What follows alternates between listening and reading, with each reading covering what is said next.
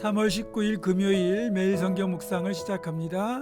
오늘 우리들에게 주시는 하나님의 말씀은 누가복음 19장 11절로부터 27절까지의 말씀입니다.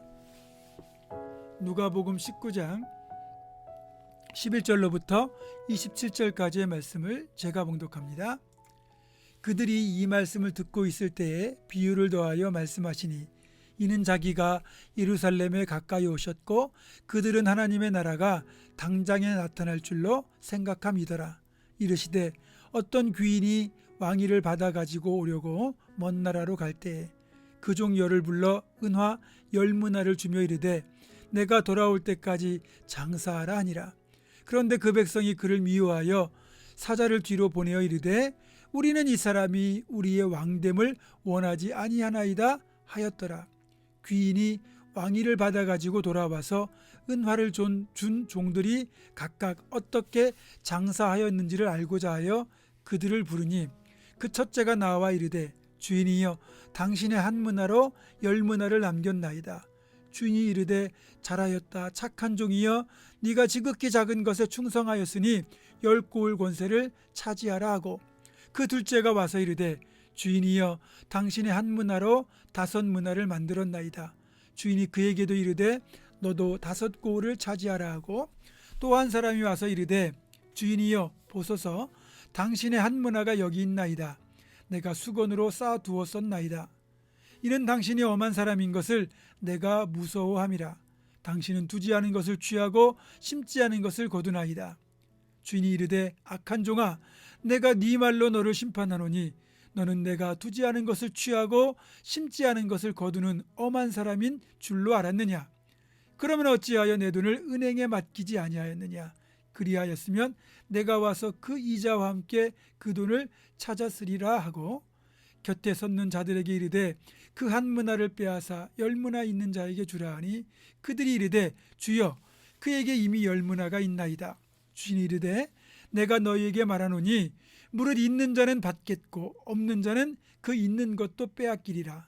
그리고 내가 왕됨을 원하지 아니하던 저 원수들을 이리로 끌어다가 내 앞에서 죽이라 하였느니라. 아멘. 오늘 본문에는 이제 10문화의 비유가 등장하거든요. 일반적으로 10문화의 비유보다는 달란트 비유가 우리에게 더 친숙합니다. 그래서 달란트 비유의 내용이나 의미, 교훈은 잘 알지만 정작 문화의 비유에 대해서는 무척 낯선 편입니다. 한 달란트는 지금 화폐 가치로 환산하면 6억 원 정도 되고요. 한 문화는 1,000만 원 정도 된다고 보시면 됩니다. 이제 오늘은 이 문화의 비유가 뜻하는 의미가 뭔지를 여러분과 나누어 보도록 하겠습니다. 달란트 비유가 우리에게 주신 은사, 재능을 어떻게 활용하여 열매를 남겼는가를 보는 것이라면 여기 얼마의 달란트를 받았느냐라는 기본적인 차이가 존재하잖아요. 사람에 따라서 5달란트 받은 사람도 있고 2달란트 받은 사람, 1달란트 받은 사람이 있어요. 주님은 얼마를 남겼는가 하는 것보다 얼마나 열심히 노력했는가를 보시는 분이시지만 달란트를 받는 우리들의 입장에서 보게 되면 왜 나에게는 1달란트만 주셨을까? 라는 생각이 들 수 있어요. 달란트의 차이로 인한 서운함이 없다고 할 수는 없을 거예요.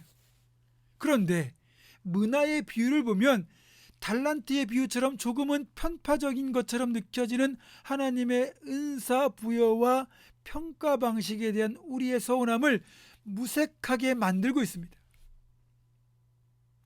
달란트는 받은 달란트의 차이가 나기 때문에 내가 아무리 노력해도 나보다 달란트를 더 많이 받은 사람을 앞서가기는 참 어려워요. 하지만 문화의 비유는 어떻습니까?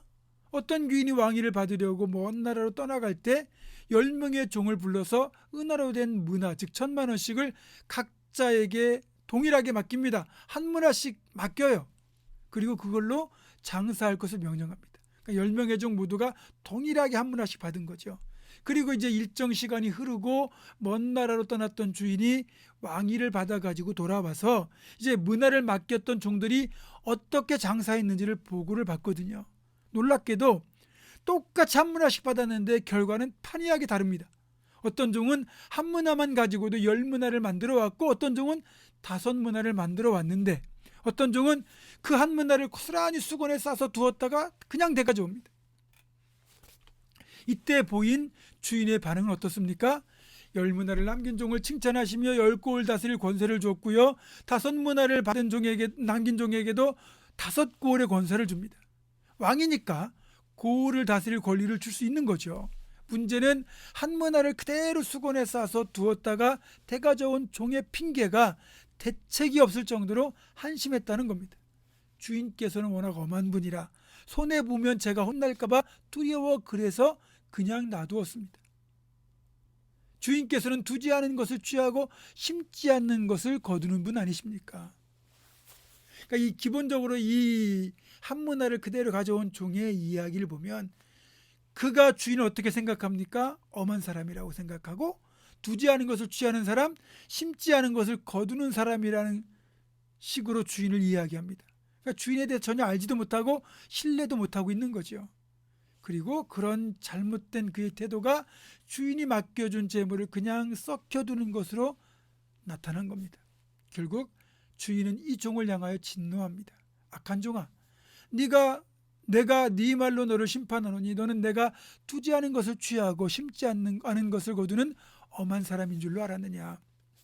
그렇다면 차라리 그 돈을 은행에 맡겨서 이자라도 받았어야 되지 않느냐. 결국 주인은 이 종을 향하여 진노하면서 곁에 있던 자들에게 이렇게 말합니다. 저놈이 가지고 있던 한 문화를 빼앗아서 10문화 남긴 자에게 주도록 해라. 달란트가 재능을 말한다면 문화는 우리에게 공평하게 주어진 시간과 열심을 말합니다. 내가 재능이 좀 부족하다 할지라도 매일 똑같은 시간을 선물로 받잖아요.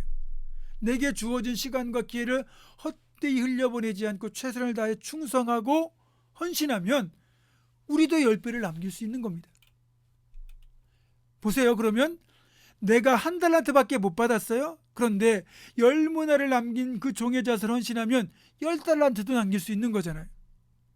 그렇게 적게 받았지만 더 남겨드리면 더 큰 칭찬과 상급을 받는 역전이 일어날 수도 있는 거죠.